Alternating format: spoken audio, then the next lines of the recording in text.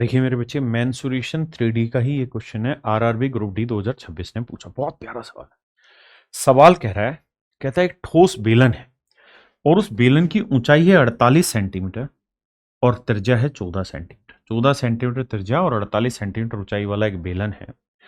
कहता है इसके एक सिरे से 7 सेंटीमीटर त्रिज्या और 24 सेंटीमीटर ऊंचाई वाला एक शंकुआकार छिद्र काटा गया या खोदा जाता है। कहता है conical whole of radius 7 centimeter and height 24 centimeter is drilled from one end of a solid cylinder of height 48 centimeter and a radius 14 centimeter। कहता है ये काम हम कर रहे हैं।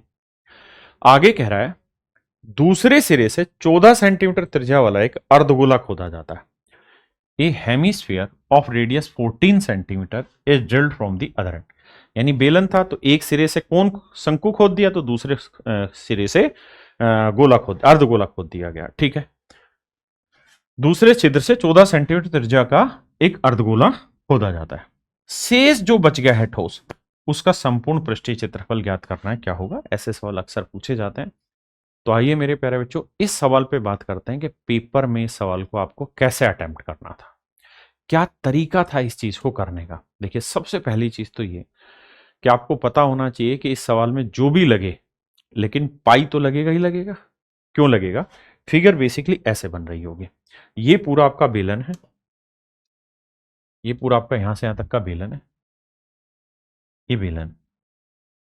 ठीक है जी, ये बेलन है।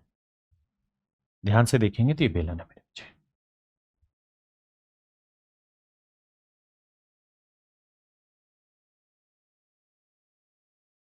तो अब यहां से ध्यान से देखोगे तो सवाल ने ये कहा कि भाई यहां से तो एक गोला काट दिया, अर्धगोला। ठीक है जी, और यहां से काट दिया शंकु। मैं कह रहा हूं कि बाकी जो भी पोर्शन बच गया, जब उसका एरिया हम निकालने जाएंगे तो हर हाल में जो वो एरिया निकालेगा उसमें पाई इस्तेमाल होगा, यानी 11 इस्तेमाल होगा। तो मुझे इस सवाल में देखना चाहिए कि 11 का मल्टीपल कौन कौन सा है। अगर ऐसा कुछ मैं छाट पाया तो मैं बहुत बड़ा खिलाड़ी हो गया। 6 और 6 12, 4 3 7, नहीं आ रहा। 7 6 13 8, नहीं जाएगा भाग। 6 और 6 12, 8 और 4 12, भाग चला जाएगा 11 से। 6 और 6 12, 8 और 4 12, हराम खोर आदमी है सवाल। इसका मतलब ये तय है कि मुझे तुक्केबाजी लगानी है तो ऑप्शन सी और डी में लगा सकता हूं। ए और बी तो मैंने एक सेकंड में काट दिए, मेरे आंसर नहीं हो सकते। अब बात करते हैं सवाल को सोल्व कैसे किया जाए। तो फिगर पे आते हैं। शंकु की हाइट दे रखी है 48, रेडियस उसने दे रखी है 14, पूरे शंकु की रेडियस है। देखिए यार, सवाल ये कह रहा है कि भाई इस तरीके की कोई बोतल है, मतलब बेलन है ना। इस बेलन में इस सिरे से हमने ड्रिल्ड आउट करके एक शंकु काट दिया इस तरह से, और इस सिरे से हमने ड्रिल्ड आउट करके एक अर्धगोला काट दिया इस तरीके से।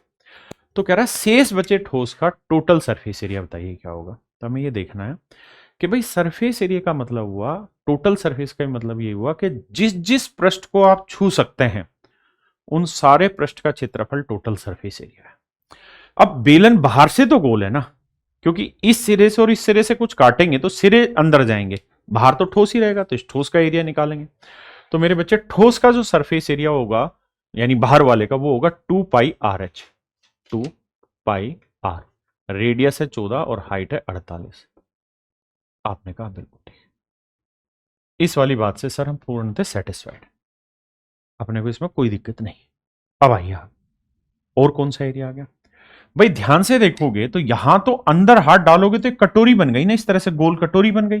हाथ को अंदर से यूं बाहर ले जा सकते हैं। और इस गोले की रेडियस भी उसने दे रखी है, कितनी दे रखी है जी? उतनी ही है जितनी बेलन की रेडियस है। जितनी बेलन की रेडियस है उतनी ही गोले की रेडियस भी दे रखी है भाई। तो गोले की रेडियस कितनी है? 14। तो इस अर्ध गोले का सरफेस एरिया क्या होगा? तो आप कहेंगे जी 2πr²। पूरे का होता है 4πr², तो अर्धगोले का होता है 2πr²। रेडियस 14 है तो 14 का वर्ग। आपने कहा जी बात तो ये भी सही है। ठीक है जी, और क्या रह गया? अब अगर आप दिमाग दौड़ाएंगे तो मेरे दोस्त, और क्या रह गया? तो अब आपका जो रह गया ना, वो बहुत सारे एरियाज रह रखे, उन्हीं पे बात कर लेते हैं। एक तो ये वाला सरफेस रह गया आपका,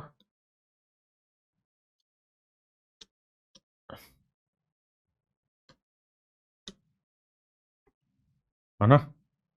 मतलब ये वाला सरफेस भी तो अंदर से टच कर सकते हैं, तो इस सरफेस का भी एरिया आपको निकालना होगा। आप कहेंगे जी बिल्कुल निकालना होगा इस सरफेस के एरिया। तो ये तो एक किस्म का शंकु है, और शंकु की कहानी उसने दे रखी है। क्या कहानी दे रखी है कि भैया शंकु की जो रेडियस है वो 7 सेंटीमीटर है, और जो उसकी हाइट है वो 24 सेंटीमीटर है। तो ये एक ट्रिपलेट बना रहा है, ये 7 है, ये 24 है। तो इसका मतलब लेटरल हाइट जो निकल के आएगी 7 24 25 होता है। तो तिर्यक ऊंचाई मेरे प्यारे बच्चों 25 निकल के आई। आपने कहा ये बात भी सही है। अब आगे तो भैया इसका एरिया निकालो शंकु का, सरफेस एरिया। तो आप कहेंगे जी पाई आर, रेडियस 7 है जी, और एल हो गई 25। हमने कहा यार बात तो ये भी सही है। अब सर बहुत सारा एरिया और भी बच रहे हैं। कौन कौन से बहुत सारे बच रहे हैं जी? ये एरिया बच गया जी, ये एरिया बच गया जी, ये बच गया जी, ये बच गया, ये बच गया, ये बच गया, ये बच गया, ये बच गया। ये नीले रंग वाली छतरी भी तो बच रही है, क्योंकि पूरी रेडियस का कोण नहीं काटा गया, छोटी रेडियस का कोण काटा गया। तो इसका एरिया कैसे निकाले? तो ध्यान से अगर आप देखेंगे तो बेसिकली 2 सर्कल ही तो बोल रहा हो। कहता है कि ये बड़ा सर्कल है और एक इसका छोटा सर्कल है, एक ये छोटा सर्कल है। जो बड़े की रेडियस है इसका एरिया हमें निकालना है। छोटे की जो रेडियस है वो 7 है, और बड़े की जो रेडियस है वो 14 है। तो इस नीले वाले रंग का एरिया क्या होगा? तो आप कहेंगे पाई कॉमन आ जाएगा, बड़े वाले का area pi r square minus छोटे वाले का करेंगे तो 14 का वर्ग माइनस 7। इसे सोल्व करेंगे तो सर पाई 14 में 7 जोड़ा 21, और 14 में 7 घटाया 7। भाई ए स्क्वायर माइनस बी स्क्वायर का ए माइनस बी, ए प्लस बी। तो भैया ये आ गया 21 गुना 7 पाई। तो पाई 21 गुना 7, ये आ जाएगा मेरे प्यारे बच्चों हमारा टोटल सरफेस एरिया। अब हमें ये देखना है कि हम फंसे कितनी जगह हैं। तो बात ये थी कि सर 2 ऑप्शन हम पहले ही काट चुके थे, सिर्फ 2 ऑप्शन में हम फंसे हुए हैं।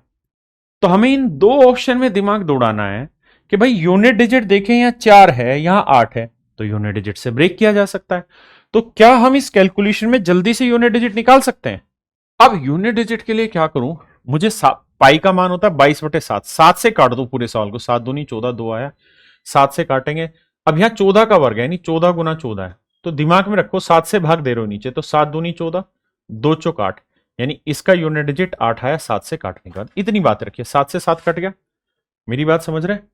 यहां देखें तो 7 से 7 कट गया, ठीक है जी। अब हमें पाई का मतलब केवल 22 लेना है, 22 का मतलब यूनिट डिजिट 2, तो 2 दूनी 4, 4 दूनी 8, 8 8 64, यूनिट डिजिट 4। अब आइए यहां यूनिट डिजिट 8, अब 2 दूनी 4, पाई का मतलब तो 2 होगा, 22 22, भाई 2 गुना पाई का मतलब 22 करोगे ना, तो यूनिट डिजिट 2 से मतलब 2 दूनी 4, 4 8 32, 32 का मतलब 2। यहां 2, 2 5 10, इकाई अंक 0। यहां 2, 2 एकम 2, इकाई अंक 2। अब 4 2 6, 0 6 और 2 8, यानी इकाई अंक का आंसर में आएगा 8। और वो मेरे प्यारे बच्चों एक ही ऑप्शन है जिसमें 8 इकाई अंक है, यानी ऑप्शन डी। तो इस तरीके से हमें इस सवाल को क्रैक करना चाहिए। अब आप समझे, हमें हर छोटी से छोटी तरकीब सवाल के लिए सीखनी होगी और उसका इंप्लीमेंटेशन करना होगा।